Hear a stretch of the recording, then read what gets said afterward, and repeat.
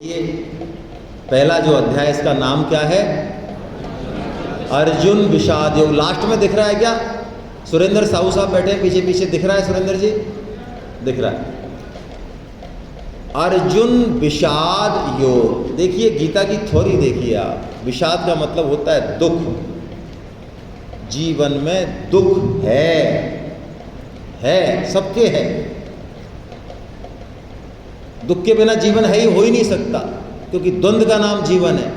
यदि सुख है तो दुख है।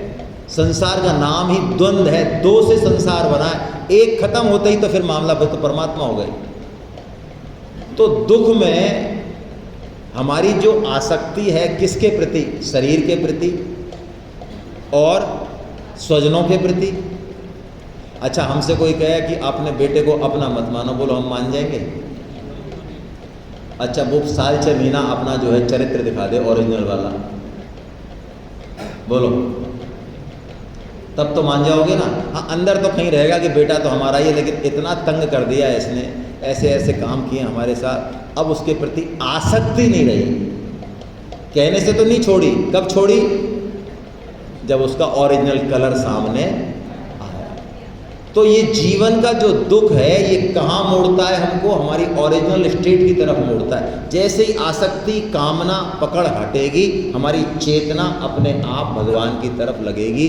लेकिन कब? जब कृष्ण से हमारा संबंध हो प्रगाढ़। अर्जुन के जीवन में दुख आता है, सबसे बड़ा दुख अपने इसके जीवन का। इन्होंने जिन दुखों को हम दुख मानते हैं वो दुख नहीं माने अर्जुन ने। 12 साल जंगल में घूमे, पृथ्वी के राजा हैं, बहुत अत्याचार सहे, राक्षसों से लड़े, बहुत दुख भोगे हैं इन्होंने, लेकिन उनको ये दुख मानते ही नहीं। अर्जुन किसको दुख मानते हैं? कि मैं अपने स्वजनों का वध कैसे। ये क्या स्थिति आ गई कृष्ण मेरे सामने उस समय। लेकिन वो आश्रय किसका लेते हैं? कृष्ण का। तो वो दुख भी भगवान से मिलाने वाला हो जाता है। तो स्वामी जी कहते हैं हमारे जीवन में 2 चीज़ें होती हैं। देखिए पढ़िए आप। एक तो होता है दुख का भोग।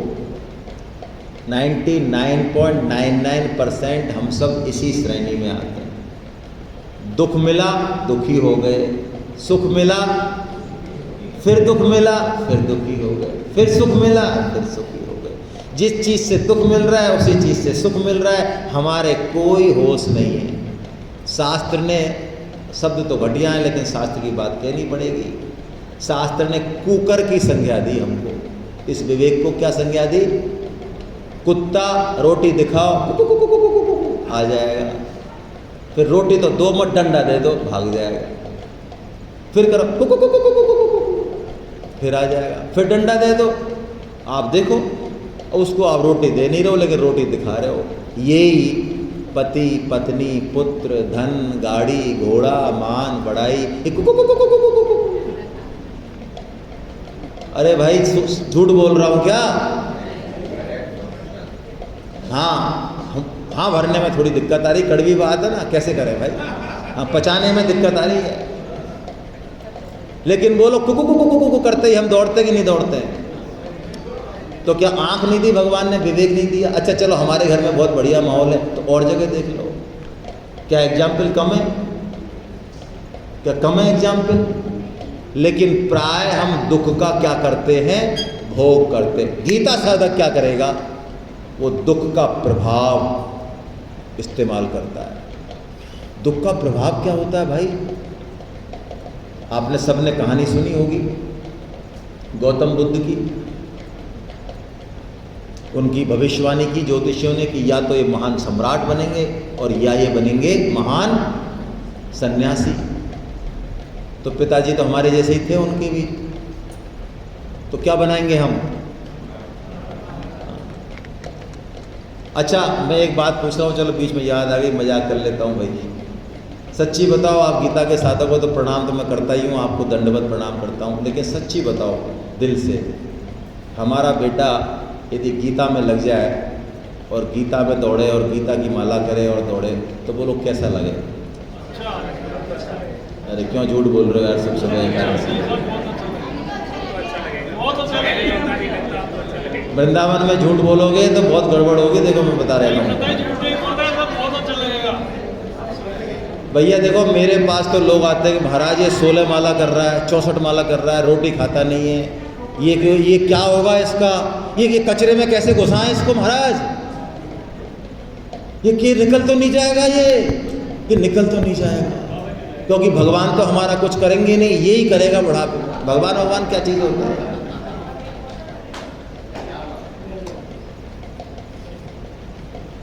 ये महात्मा बुद्ध हैं जो इतना सारा ऐश्वर्य, इतने सुख भोग में, और कहते हैं क्या नाम था उनकी पत्नी का, यशोधरा, सुंदरी थी वो, आजकल का मिस यूनिवर्स कह दो आप, आज इतनी सुंदर है वो यशोधरा।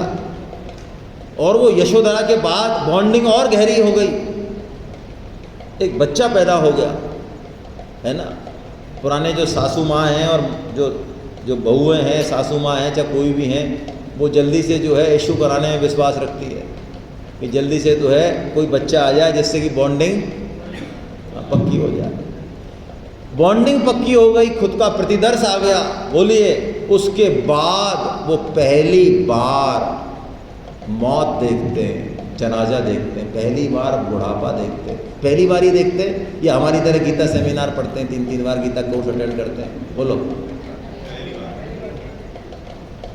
वो कहते हैं ना, जो सो रहा हो उसको जगाया जा सकता है, और हम जो सोने का नाटक कर रहे हैं, हमको तो भाई साहब कुछ ही नहीं आता, हम तो कुछ नहीं जानते, सब जानते हैं हम। स्वामी जी कहते हैं जितनी ज़रूरत है उससे ज़्यादा जानते हैं हम सब, चाहे गीता पढ़ी हो चाहे ना पढ़ी हो। और यदि हम उस जानकारी का भी आदर करने लग जाए ना, उस जानकारी का, ये स्वामी शरणानंद जी के वचन है, जो चीज़ हम जानते हैं कि झूठ बोलना पाप है, पैसा दुख देता है, परिवार मरने वाला है, शरीर मरने वाला है, जो चीज़ हम जानते, जो भी चीज़ जानते हैं, बिना पढ़े लिखे अंगूठा टेक होते, उसी चीज़ का यदि हम आदर कर दें, संपूर्ण गीता और वेद हमारे हृदय में प्रकट हो जाएगा।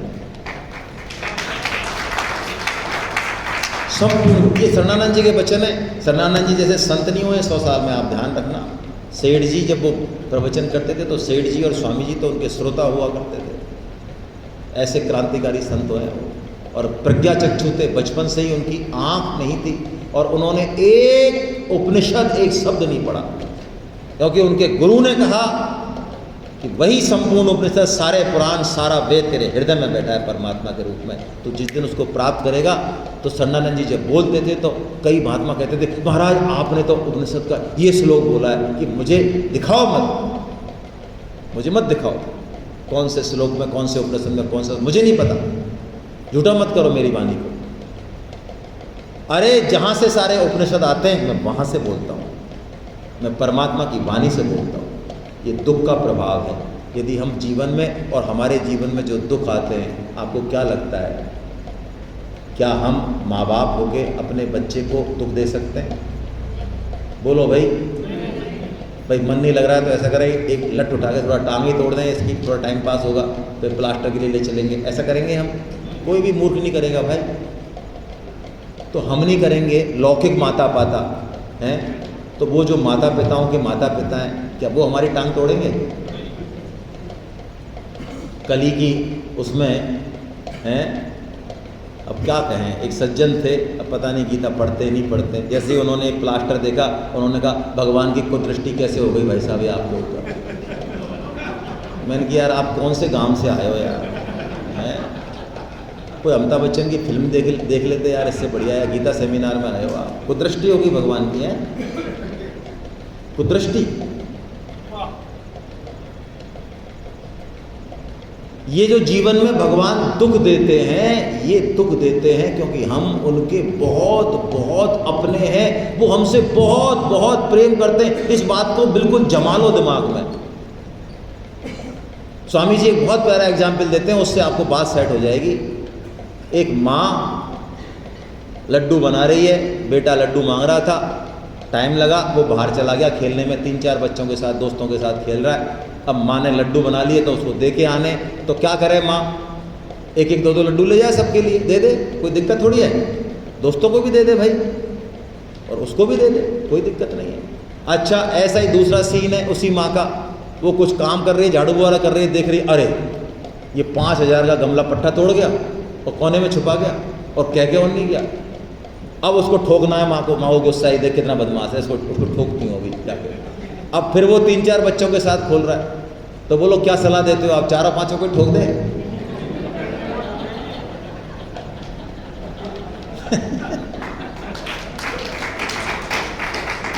तो किसको ठोके? अरे अपने को ठोके। तो जीवन में दुख आया, इसका मतलब भगवान ने हमको अपना माना है। अटल है ये बात, समझ में आए चाहे नहीं आए, बस भगवान की तरफ चलने का प्रण कर लें। यही है अर्जुन विषाद योग, और यहीं से शुरुआत है। बोलते हैं धृतराष्ट्र, ये महाभारत जो युद्ध हुआ ये धृतराष्ट्र की वजह से हुआ, दुर्योधन तो उसका फल है। धृतराष्ट्र कौन है? जो अपना स्वधर्म नहीं निभाए वो धृतराष्ट्र है। हमारा जन्म हुआ भगवान की तरफ चलने को, भगवान से प्रेम करने को। मनुष्य के पास वो ताकत है कि जो सारे सृष्टि को प्रेम करता है, सारी सृष्टि को प्रकट करता है, मनुष्य उसको भी जो है प्रेम दे सकता है। ये ताकत दी है, किसी को नहीं दी है। यदि हम ये स्वधर्म नहीं निभाएं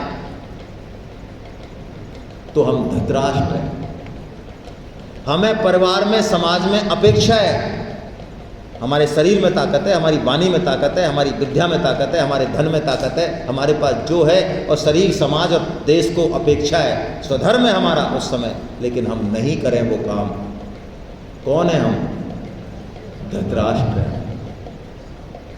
और धृतराष्ट्र वृत्ति यदि है तो महाभारत युद्ध, जरूरी नहीं है 36 लाख सैनिक सजे हों। हम जो 2 कमरे के मकान में रह रहे हैं, जो हम ये जीवन यापन कर रहे हैं, जो हम भाई भतीजों के साथ, दौराने जेठानी, अपने परिवार के साथ जो हमारी वृत्ति है, जो हम ये भेदभाव करते हैं, ये कौन सी वृत्ति है भाई? धृतराष्ट्र। तो धृतराष्ट्र होगा तो दुर्योधन जन्मेगा, लिख के रख लो। धृतराष्ट्र वृत्ति तो हो हमारे अंदर रात और दिन, और कृष्ण जन्मे घर में। ऐसा अंधा कानून नहीं है भाई, ऐसा अंधा कानून नहीं है। और दुर्योधन क्या करता है? दुर्योधन वो है जिसको कृष्ण की कोई जरूरत। अब आप लिस्ट बना लो, सबसे ऊपर अपना नाम लिख लो, और फिर जितने भी बड़े बड़े परोपकारी हैं, समाजवादी हैं, वैज्ञानिक हैं, करोड़पति, बड़े बड़े इंडस्ट्रियलिस्ट, जिसको भी कृष्ण की जरूरत नहीं है, अपनी बल बुद्धि के दम पे नाच रहा है, कूद रहा है, वो कौन है भाई? वो दुर्योधन। उसके पास 11 अक्षौणी सेना होगी तो भी उसका सत्यानाश होगा होगा होगा। बस नाई नाई कितने बाल, जरा रुक, जरा रुक।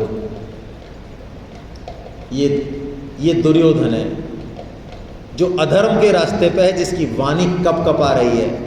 11 अक्षौणी सेना के बाद भी जिसको चैन। हमारे पास, आप सही बताओ, यदि पैसे दिन दूने रात चौगुने बढ़ते जाएं और हमने सोची 100 करोड़ की, कि 100 करोड़ के बाद तो यार थोड़ा सा हम रेस्ट लगा देंगे, और आ गए 500, तो बताओ टेंशन बढ़ेगी घटेगी? और यदि आपको नहीं पता है तो इसका मतलब आपके पास ज़्यादा पैसे नहीं हैं। स्वामी जी कहा करते थे कि बड़े बड़े सेठ अपनी पत्नियों से, अपने बच्चों से डरते हैं। आप डरते हो क्या अपने बच्चों से? नहीं डरते तो फिर पैसा नहीं है तुम्हारे पास ज़्यादा। वो डरते हैं। वो पैसा जब बढ़ता है तो कोई भी व्यक्ति क्या कर देगा, जहर क्या कर देगा, ये डर लगता है। दुर्योधन की भी यही हालत हो रही है। दुर्योधन 11 अक्षौणी सेना का मालिक होते हुए भी डर रहा है। लेकिन पांडव, पांडव कौन है भाई? पांडव वो हैं जिनके जीवन के केंद्र में कृष्ण बैठे हुए हैं। वो दुख में तो कृष्ण, सुख में तो कृष्ण, निर्णय लेना है तो कृष्ण, लड़ेंगे तो कृष्ण से, रूठेंगे तो कृष्ण से, प्रश्न पूछेंगे तो कृष्ण से, भिड़ेंगे तो कृष्ण से, और मानेंगे तो कृष्ण से। ये पांडव है। यदि हमारे जीवन में हर केंद्र में, हर कर्म के केंद्र में, हर रिश्ते के केंद्र में यदि कृष्ण है, उनका स्मरण है, तो हम पांडव ही हैं भाई। और जहाँ पांडव होते हैं वहाँ कृष्ण अवश्य रहते हैं। कमी कृष्ण की नहीं है भाई, पांडव बचे ही नहीं, कृष्ण तो मर रहे हैं कि कोई पांडव मिले, कोई अर्जुन मिले और मैं उसके रथ का सारथी। मर रहे हैं कृष्ण, आप पक्का मान लो भाई, मर रहे हैं। मर रहे मतलब उनके अंदर उत्कंठा है कि कैसे कोई अपने मन बुद्धि का सारथी मुझे बनाए तो सही, फिर देख मैं कहाँ पहुँचाता हूँ उस व्यक्ति को, जरा मेरे ऊपर विश्वास तो करके देखे कोई। क्यों बचे नहीं अर्जुन? स्वामी जी कहते हैं बच्चे को कभी भी समझ में नहीं आएगा कि माँ उससे कितना प्रेम करती है, ऐसे ही हमें कभी भी समझ में नहीं आएगा कि कृष्ण हमसे मिलने के लिए कितने मरे जा रहे हैं। हम नहीं समझ सकते भाई, हमारे चश्मा ही कुछ और चढ़ा हुआ है, क्या करें। आइए इस श्लोक पढ़ते हैं। कैसा श्लोक है प्यारा, 15वें नंबर का श्लोक दिख रहा होगा आपको। यहाँ देखिए, पांडव सेना में सबसे पहले कृष्ण शंख बजाते हैं, चाहे वो सारथी हैं तब भी।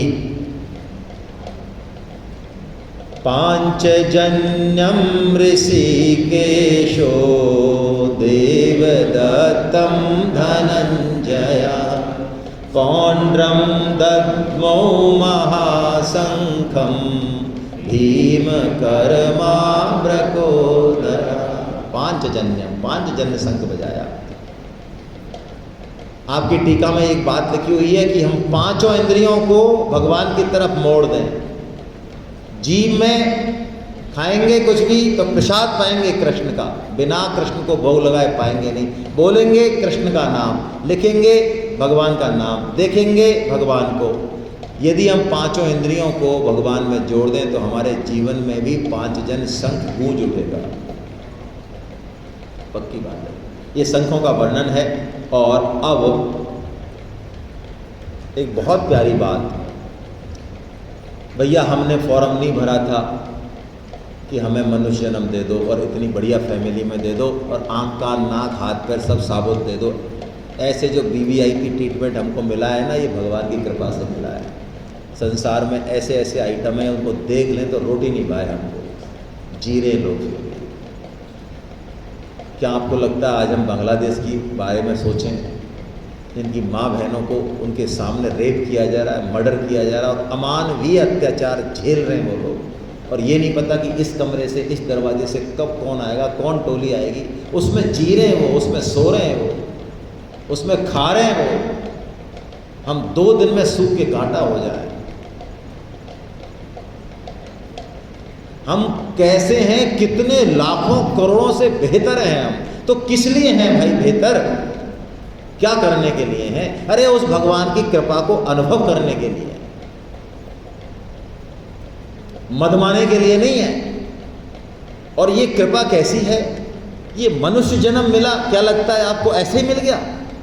कई मूर्ख पढ़े लिखे, मैं मूर्ख ही बोलता हूँ, पढ़े लिखे शास्त्र पढ़े हुए, वो मिलते हैं और कहते हैं कर्मों के आधार पर मनुष्य जन्म मिलता है। झूठ है ये बिल्कुल। कोई भी कर्म, करोड़ों कर्म ऐसे नहीं हो सकते जिनको तोला जाए वो मनुष्य जन्म के बराबर तुल जाए। नेवर, असंभव। कब हुक करी करुणा नर देही, देत ईस बिनु हेतु सनेही। सब ते दुर्लभ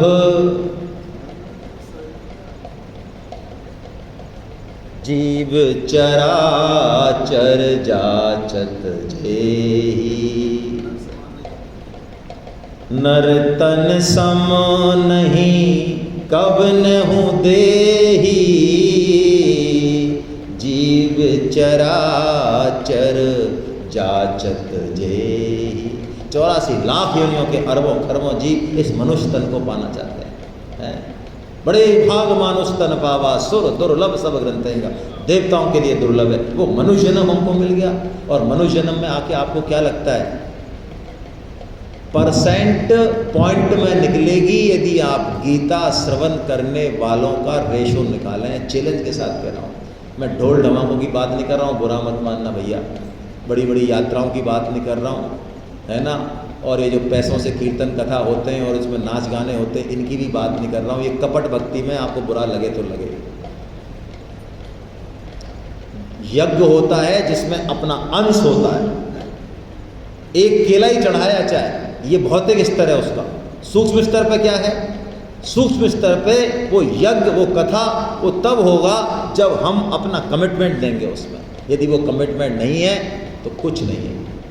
तो हमको गीता मिल गई और स्वामी जी की वाणी मिल गई और मनुष्य जन्म मिल गया, तो बोलिए ये क्या हमारे अपनी इच्छा से और अपने दम से मिला है, या इसमें भगवान की कहीं न कहीं कोई कृपा छुपी हुई है? कृपा छुपी हुई है, लेकिन वो कृपा इस तरह से होती है कि वो प्रकट नहीं होती है, और हमको आदत पड़ी हुई है प्रकटीकरण की। हम तो यदि किसी का परोपकार कर दें, किसी के प्रति अच्छा काम कर दें, और वो पट्ठा यदि हमको राम राम नहीं करे 2-4 दिन, तो उसकी खोपड़ी में चढ़ जाए हम। हाँ, साले से स्टाम्प लिखा लें और भी कुछ भी कर सकते हैं हम उसका। कमाल है यार, हमने 2-4 लाख खर्च कर दिए और तू राम राम करना बंद कर दिया तेने अब तक। लेकिन भगवान 2-4 करें चाहे 20 करें चाहे कुछ भी करें, उनके यहाँ डायरी है ही नहीं। ये कृपा है। और अब देखिए जो बात मैं आपको निवेदन करना चाह रहा हूँ, ये गीता भी भगवान की कृपा से ही प्रकट हुई है। अर्जुन को कोई आइडिया नहीं है गीता का। क्या गीता सुनेंगे अर्जुन? अर्जुन तो गांडीव लगे खड़े, और भगवान यदि खड़ा कर दे रथ, अर्जुन सफाया मचा दें सेना का। काहे की गीता? और कौन सी गीता? ये अर्जुन को कृपा पूर्वक यहाँ पर मोह में डाला गया है। किसके कारण भाई? हमारे जैसे निकट्टुओं के लिए। हाँ, क्या करें, हम तो अर्जुन जैसे हिम्मत वाले भी नहीं हैं। तो हम कैसे भी हैं, कमज़ोर हैं तो, और निकट्टू हैं तो माँ को अपना कमज़ोर बेटा क्या बेकार लगता है? लगता है? नहीं लगता भाई। और बल्कि मैं और सच बात कहूँ तो निकट्टुओं पर माँ की कृपा ज़्यादा होती है। बोलो, तो हम तो इसलिए निकट्टू बनने में हम ज़्यादा कंफर्ट फील करते हैं भाई। भगवान की कृपा ज़्यादा होगी, है ना। भगवान कहते हैं ये गल्ला गोली है, बिल्कुल कुछ नहीं है, इसका कोई ट्रीटमेंट हम ही करेंगे। तो भगवान ने खड़ा कर दिया कहाँ पर? अर्जुन को। अर्जुन ने तो कहा जरा मेरे रथ को खड़ा करो, जहाँ से मैं दोनों सेनाओं का निरीक्षण कर सकूं और देखूं तो सही कौन कौन आए। अर्जुन वो महावीर है, भुजाएं फड़क रही हैं। ये होता है क्षत्रिय। आज तलवार लेके मुसलमान आ जाए 100 सामने और ढोल बज रहे हों, हैं, अल्लाह अकबर हो रहा हो, तो जिसकी भुजाएं फड़क जाए ना यहाँ, यार आज तो मैं मरूंगा पहले, मेरे मरने के बाद इनके हाथ लगाने दूंगा। यदि ऐसा भाव आ जाए तो वो भाव क्या है? वो क्षत्रिय है। और हमारे जैसा टॉयलेट वॉयलेट देखता फिर कहीं इधर उधर, कहाँ है टॉयलेट, उधर चलते हैं जल्दी से। ये क्षत्रिय है अर्जुन, मजाक नहीं है ये क्षत्रिय ही तो थे। तभी तो विदर्भी हमारा क्षत्रिय कोई कम था क्या? राजस्थान तो सिरमौर है भाई। ये अर्जुन कह रहा है कि हिम्मत किसकी हो गई आखिर? ये महाभारत में पढ़ो आप, हिम्मत किस, पता नहीं है इनको कौन है सामने। अर्जुन है, गांडीव है, और फिर ये लड़ने आ गए, इनको पता नहीं है। जरा मैं शकल तो देखूं इनकी कौन कौन से हैं। ये साफ कर देते अर्जुन सबको, साफ। और इससे पहले भी अर्जुन ने सबको साफ किया हुआ है। जितने भी योद्धा अभी हैं महाभारत में, जितने भी, अर्जुन ने अकेले ने सबको साफ किया। ये अर्जुन है, मजाक नहीं है ये। महाभारत में लिख रहा है अर्जुन गांडी पर प्रत्यंचा चढ़ा के जब टंका चढ़ाते हैं ना बाण, तो उसकी जो आवाज़ होती है गरुड़, उससे सेना खाली हो जाती है, आधी सेना भाग जाती है। वो है अर्जुन। लेकिन ऐसे अर्जुन को भी भगवान ने मेमना बना दिया। देखो आप, ऐसे अर्जुन को देखो, श्लोक पढ़ो। जो शेर की तरह दहाड़ रहा है उसको भगवान ने क्या बना दिया? मेमना बना दिया। देखो आप, अर्जुन के शरीर में कपकपी हो रही है, अंग शिथिल हो रहे हैं, और अर्जुन कह रहे हैं हाथ से गांडीव धनुष गिर रहा है, त्वचा जल रही है, मैं कंफ्यूज हूँ कृष्ण, अरे मेरे को संभालो, नहीं तो मैं ऐसा नहीं हो जाए गिरी पड़ूँ। बोलो, ये किसके वर्ड है? और अब अर्जुन ज्ञान छांट रहे हैं। ओह, हमारा कितना बढ़िया रोल कर रहे हैं, देखो हमारा कितना बढ़िया रोल कर रहे हैं। हम लोग जाते हैं गीता प्रचार के लिए तो लोग कहते हैं भाई साहब 550 रुपये कोई बात नहीं है, पैसा तो हाथ का मैल है, हमारे पास तो टाइम नहीं है भाई साहब गीता पढ़ने का टाइम। हम लोग गीता क्लास चलाते हैं, जानबूझ के 550 रुपये लेते हैं, फॉर्म भरते समय जानबूझ के लेते हैं, ज़बरदस्ती लेते हैं। और जब वो पढ़ लेता है पूरा तो 500 रुपये वापस दे देते हैं और 200 रुपये की किताब और मुफ्त में पहले ही मिल गई वो तो सौदा घाटे का नहीं है। लेकिन 550 रुपये देने में पता चल जाता है कि इनके लिए पैसा हाथ का मैल है। हाँ, अच्छा, तायल साहब के समय से ये प्रॉब्लम चली आ रही है। तो कई लोग ऐसे, वैसे तो हमारी बहुत श्रद्धा और हमारी दादाजी तो बहुत ही भक्त थे, हमारी माताजी तो अभी तक पूरा सुबह 4 बजे, अरे तू छोड़ भाई, तू क्या करता है, तेरा अकाउंट बता ना। नहीं अभी बाद में देखेंगे अभी, और पैसे की कोई बात नहीं है। तो मैं कह रहा हूँ पैसा दे दे, मत आना। तो तेरे कौन से तेरे कोई तू कंगाल हो जाएगा क्या भाई, तू पैसा जमा करा दे। और जैसे कि हम शेयरों में घाटा खा जाते हैं या जिम ज्वाइन कर लेते हैं तो जिम नहीं जाते हैं, या 50 चीज़ें ज्वाइन करते हैं, नहीं जाते हैं, बोलो नहीं जाते हैं। साड़ी लाती है माता, साड़ी पहनती हैं क्या? कई माताएं कहती हैं हमारी कई साड़ी तो हमने पहनी ही नहीं है। तो एक फॉर्म जो है यदि भर दें और उसमें गीता ज्वाइन नहीं करें, बताओ प्रलय आ जाएगी? अरे बोलो भाई। और पैसा हाथ का मैल है। तो मैंने तायल साहब को एक सजेशन दिया, आपको जचता है तो हम चालू करें। मैंने सर को कहा सर पैसे की कोई वैल्यू नहीं है लोगों के दिमाग में, वास्तव में हृदय से, अरे बड़े तगड़े लोग हैं। तो सर ऐसा करते हैं, आप जो ये 550 रुपये लेते हो ना, इसकी जगह नई स्कीम चलाओ सर। सर ने कहा बताओ क्या है? मैं सर फॉर्म भरते ही एक बढ़िया सा नारियल भरा और 500 का नोट उनको देना है, कि देना पड़ेगा भाई साहब, साइन करते यार। बोलो रजिस्ट्रेशन ज़्यादा होंगे कम होंगे? देखो यहाँ भी नहीं बोल रहे। पैसा हाथ का ही मैल दिखता है आपका भी, मुझे ऐसा लग रहा है। निकलो इससे। खोपड़ी में जितनी इंपॉर्टेंस है पैसे की, एक्सेप्ट करो उसको तो निकल पाओगे। ये भ्रम में नहीं जिए हम, ये अर्जुन भ्रम में जी रहा है। देखिए आप, अर्जुन की टोटल जो बातें हैं, टोटल भ्रम में, अर्जुन द्वंद्व में। अर्जुन को युद्ध करना है, कृष्ण को नहीं करना है। लेकिन अर्जुन भाई साहब क्या डायलॉग मार रहे हैं? अर्जुन हम तो ना विजय चाहते हैं और ना हम राज्य चाहते हैं भाई साहब, हम कुछ नहीं चाहते। हाँ, तो आए काहे को भाई साहब यहाँ पे? अरे आए क्यों यहाँ? बोलो क्यों आए? जैसे कि हम नाटक करते, भाई साहब तुम्हारी कसम हमारा तो कोई लेना देना नहीं जिंदगी से, बस ये बच्चे हैं पढ़े लिखे जाएं, अपना खाएं कमाएं, और हमारा कोई लेना देना नहीं। तुम्हारी कसम, एकदम परम विरक्त सन्यासी हैं हम सब। बच्चे अपने पैरों पे खड़े हो जाएं, अच्छा खड़े हो जाएं, खड़े होने के बाद खाएं कमाएं, शादी ब्याह हो, हमारा इनसे कोई ज़्यादा अपेक्षा हो। क्या बात है भाई, क्या बात है हरिश्चंद्र। भोगों से भी क्या लाभ है और जीने से, ये मैं क्यों कह रहा हूँ? हम सब की वर्तमान स्थिति का वर्णन कर रहे हैं अर्जुन, तब गीता काम करेगी।